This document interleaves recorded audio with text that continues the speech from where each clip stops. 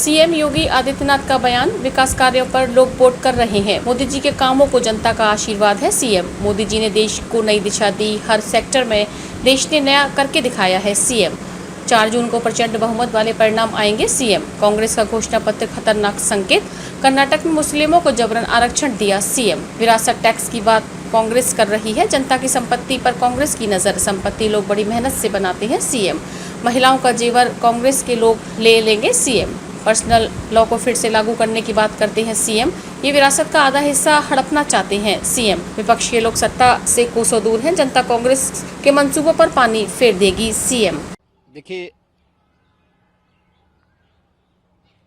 द्वितीय चरण में आज लोकसभा के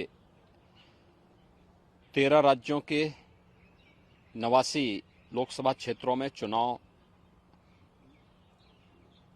आज सायंकाल संपन्न हो जाएगा। कुल मिलाकर के 191 सीटों पर आज सायंकाल तक चुनाव की प्रक्रिया संपन्न हो चुकी होगी। देश के अंदर जो उत्साह है, देश के अंदर लोगों के मन में मोदी जी के 10 वर्ष के कार्यों को लेकर के जिस प्रकार की उमंग है, एक सकारात्मक माहौल है, उसको देखते हुए हम कह सकते हैं कि प्रधानमंत्री मोदी जी के कार्यों को जनता जनार्दन का पूरा आशीर्वाद प्राप्त हो रहा है और पूरे देश के अंदर फिर एक बार मोदी सरकार के संकल्प को पूरा करने में मदद मिलेगी। देश कार्य को देखना चाहता है और मोदी जी ने 10 वर्ष में देश को एक नई दिशा दी है। 10 वर्ष का उनका एक कार्यकाल देश भारत के स्वतंत्र भारत के इतिहास का यह एक स्वर्णिम युग है, स्वर्णिम कार्यकाल है। हर एक सेक्टर में देश ने कुछ नया करके दिखाया है और भारत आज दुनिया के अंदर एक धमक के साथ, तेजी के साथ बढ़ती हुई अर्थव्यवस्था के रूप में भी स्थापित हुआ है। इसलिए उसका लाभ भारतीय जनता पार्टी को प्राप्त होगा और मेरा यह मानना है कि मोदी जी के नेतृत्व में 4 जून को जब परिणाम आएंगे तो प्रचंड बहुमत के साथ भारतीय जनता पार्टी और एनडीए की सरकार फिर से तीसरी बार मोदी जी के नेतृत्व में बनेगी। मुख्यमंत्री जी, ये देखा जा रहा है कि इन चुनावों में भी जो विकास के मुद्दे थे वो धीरे धीरे गायब होते जा रहे हैं। उनकी जगह इतर नए इश्यूज और नॉन रेलिवेंट इश्यूज हम कह सकते हैं कि वो अपनी जगह लेते जा रहे हैं। ये मुद्दे कहाँ से आ रहे हैं, आप किस तरीके से देखते हैं? देखिए, ये कहना कि चुनाव में नॉन रिलेवेंट मुद्दे आ रहे हैं, मैं पूरी तरह सहमत नहीं हूं। चुनाव की शुरुआत में हम लोगों ने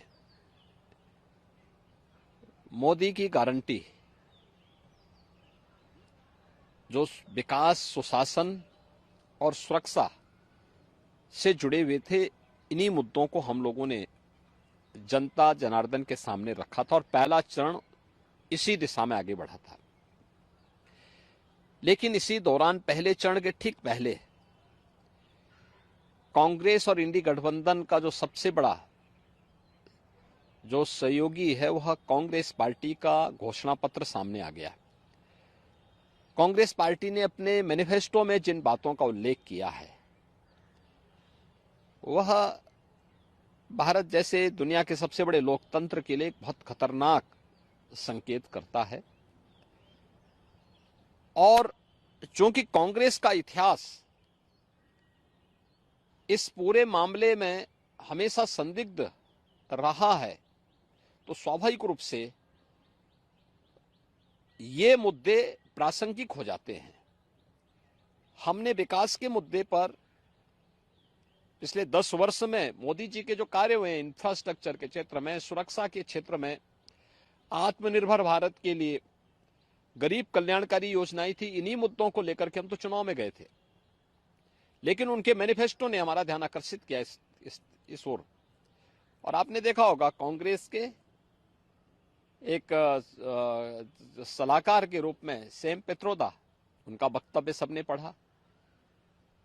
कांग्रेस ने इससे पहले यूपीए गवर्नमेंट के दौरान रंगनाथ मिश्रा कमेटी और सच्चर कमेटी की रिपोर्ट कांग्रेस ने की थी।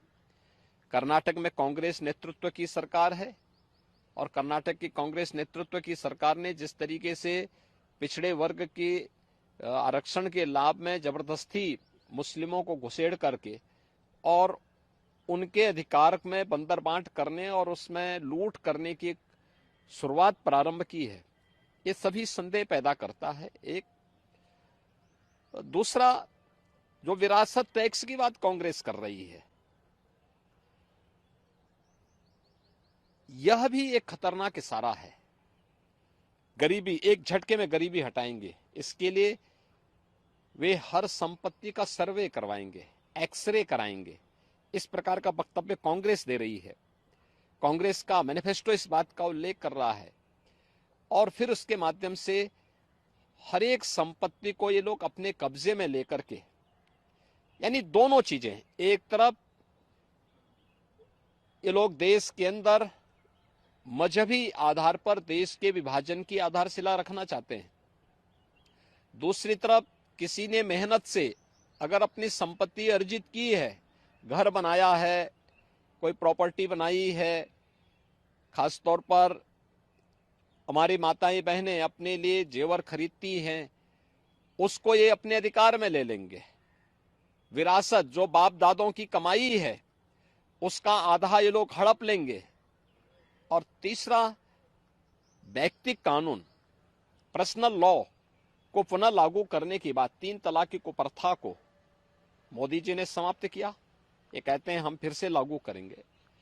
यानी महिलाओं का इससे बड़ा अपमान हो ही नहीं सकता। तो स्वाभाविक रूप से इस देश का विभाजन जिन कारणों से हुआ था, अगर कोई राजनीतिक दल आज के दिन पर भी उन मुद्दों का उल्लेख करते हुए देश को उधर ले जाने का प्रयास करेगा तो उसका विरोध हर हाल में होगा।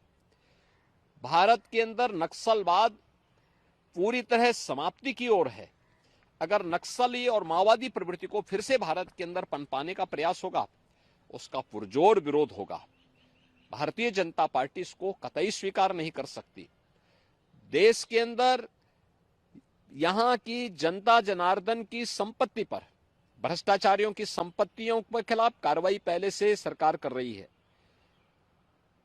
उनके एक एक पाई का हिसाब होगा, लेकिन एक कॉमन मैन को प्रताड़ित करने के लिए उसके खून पसीने की कमाई पर कोई डकैती डालने का प्रयास होगा तो इसको भारतीय जनता पार्टी स्वीकार नहीं कर सकती है। और कांग्रेस और उसके सहयोगी दल देश की राजनीति का तालिबानीकरण करने के पर उतारू हो रखे हैं।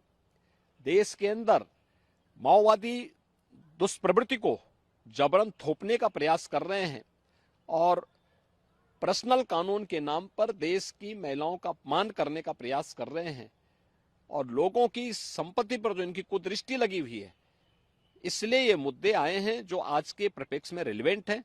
और इन मुद्दों को इसीलिए भारतीय जनता पार्टी पुरजोर तरीके से उठा करके जनता जनार्दन का ध्यान आकर्षित कर रही है कि सत्ता से लोग अभी कोसों दूर हैं, इनकी मानसिकता क्या है आपके प्रति, यह आप देख सकते हैं।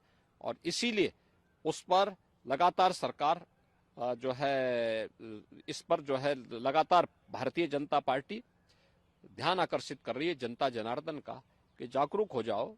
ये लोग जिस मनसा के साथ आ रहे हैं, इससे पहले कि इनके मनसा के अनुरूप इन लोगों को सफलता प्राप्त हो, इनके मंसूबों पर पानी फेरने का एक वक्त आपके पास है। आपका एक वोट देश की तस्वीर और तकदीर को बदलने में निर्णायक साबित होगी और वह आपने 2014 में किया था, क्योंकि 11, 12, 13 में तत्कालीन केंद्रीय मंत्री पी चिदम्बरम बार बार विरासत टैक्स की बात कर चुके थे। आज वही बात तो सैम पित्रोदा कह रहे हैं। इसीलिए इन चीजों को लेकर के आज फिर से जनता जनार्दन को बार बार कहा जा रहा है कि वो कांग्रेस के इन मंसूबों पर समय रहते अपने वोट के माध्यम से पानी फेरने का काम करें, अन्यथा यह गठबंधन देश के लिए भी, कॉमन मैन के लिए भी और आधी आबादी के लिए भी भयंकर खतरा पैदा कर सकता है।